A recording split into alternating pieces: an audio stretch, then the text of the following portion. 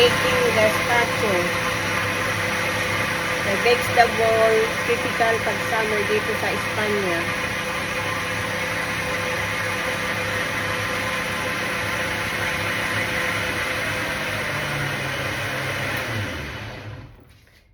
Ito ay tomato, green bell pepper, at saka pipino, cucumber. Then now, mag-a-add tayo ng, ito ay mag-a-add tayo ng olive oil at saka vinegar at salt. At saka itong pan. Ito ay typical dito sa Espanya pag summer. Lagyan natin ng olive oil. Ito yung ating virgin extra olive oil at saka ng vinegar at saka ng salt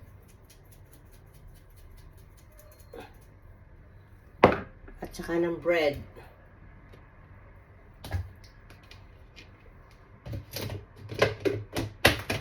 Then continue natin ang pag-blender.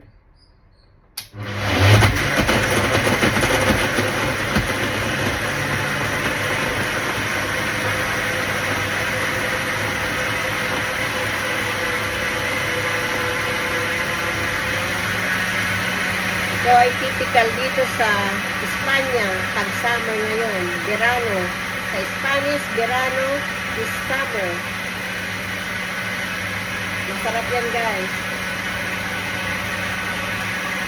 Healthy vegetable drink pag summer.